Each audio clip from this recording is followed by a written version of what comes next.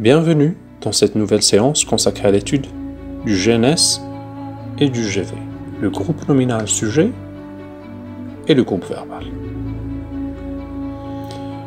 Commençons à étudier quelques exemples pour prendre une idée claire.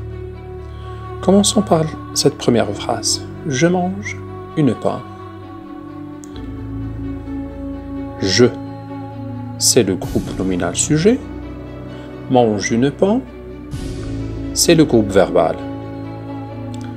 De quoi il est constitué ici, le GNS? Il est constitué d'un seul mot, qui est un pronom. C'est un pronom personnel. Je mange une pomme, je est le GNS, mange une pomme, c'est le GV. Passons maintenant à la deuxième phrase. Mon père est venu tard ce soir. Où est le GNS dans cette phrase? Évidemment, c'est mon père. Où est le groupe verbal?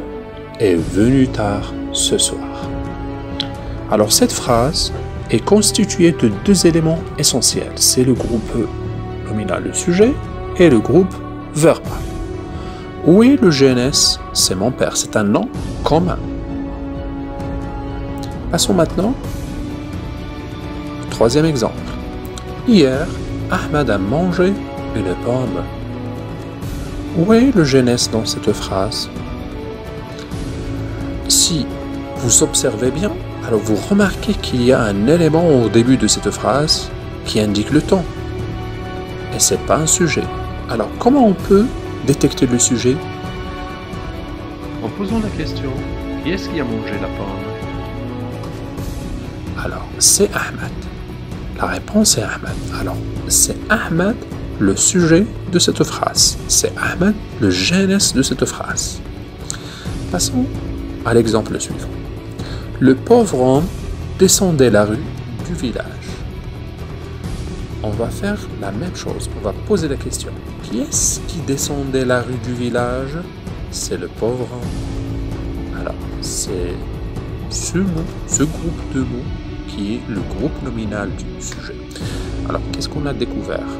On a découvert que le groupe nominal sujet peut être un pronom personnel, comme il peut être un nom commun, comme il peut être un nom propre, et aussi dans cette phrase qu'on vient d'étudier, nous montre qu'il peut être un groupe de mots, un article, un adjectif et un nom. Maintenant, passons à l'exemple suivant. Boire de l'eau est bon pour la santé. Je répète, boire de l'eau est bon pour la santé. Qui est-ce qui est bon pour la santé? C'est boire de l'eau. On a ici un groupe de mots. Mais qui est le mot essentiel? C'est boire. Boire est un verbe qui est à l'infinitif. On doit savoir, et c'est très important, quand on a un verbe qui est à l'infinitif, on doit le mettre dans sa case nominale. Ça veut dire qu'il va jouer le rôle d'un nom. Alors, c'est lui le sujet. Boire de l'eau, c'est le groupe nominal sujet de cette phrase.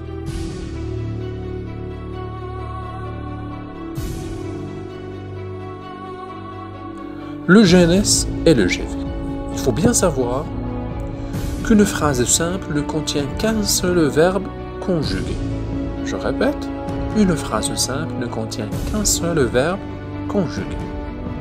Elle est constituée de deux éléments essentiels, très importants. Un GNS et un GV. Un seul groupe nominal sujet et un seul groupe verbal concernant la phrase simple. Et concernant la phrase complexe, elle est constituée de plusieurs propositions qui contiennent plusieurs verbes conjugués. Ça veut dire plusieurs groupes de verbes. Alors pour connaître le sujet, qu'est-ce qu'on a dit? Il faut poser la question, qui est-ce qui? Ou tout court, tout bref, qui? Le groupe nominal sujet réalise l'action à la voix active exprimée par le verbe. C'est le sujet qui fait l'action dans la voix active. Le GNS peut être un nom. Regardez, il peut être un nom commun comme peut être un nom propre. Ali mange des fruits. Alors, il peut être un nom. Il peut être un groupe de mots. Le jeune enfant mange des fruits. Il peut être un pronom personnel. Il mange des fruits. Et il peut être un verbe à l'infinitif. Manger est vital. Qu'est-ce qu'on a dit auparavant? Au début, on a dit qu'un verbe qui est un infinitif, on va le mettre dans sa case nominale.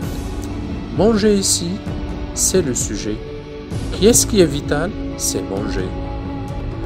Maintenant, on passe au groupe verbal. Alors, c'est quoi un groupe verbal? Le groupe verbal exprime ce que fait le sujet. Alors ici, si on est devant un verbe d'action. Prenons l'exemple suivant. Anne se brosse les dents. Qui se brosse les dents? C'est Anne. Anne, c'est lui qui fait l'action de brosser les dents. Ses dents sont blanches et saines. Il peut être un verbe seul, comme le montre l'exemple suivant. Le cheval galope. Le groupe verbal peut contenir un verbe plus un ou plusieurs compléments d'objets essentiels, non déplaçables et non supprimables. Pierre attrape le ballon. Je répète, Pierre attrape le ballon. Le groupe verbal ici est constitué d'un verbe plus un complément d'objet essentiel, COD. Le groupe verbal peut contenir aussi des compléments circonstanciels, et comme nous savons que les compléments circonstanciels sont facultatifs, ne sont pas essentiels. Sur la plage, Pierre attrape le ballon avec les mains. Sur la plage, c'est un complément circonstanciel de lieu, et on a avec les mains, c'est un CCM, un complément circonstanciel de main. Mais on a aussi le ballon, c'est un COD, attrape quoi? On appelle ces groupes facultatifs des compléments circonstanciels. On peut les déplacer, les supprimer afin de trouver la phrase minimale. Il faut bien retenir ça.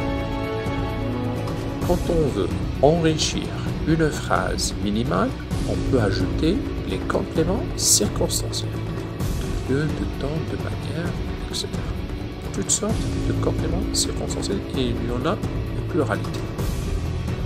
On passe maintenant à l'application. Bon courage!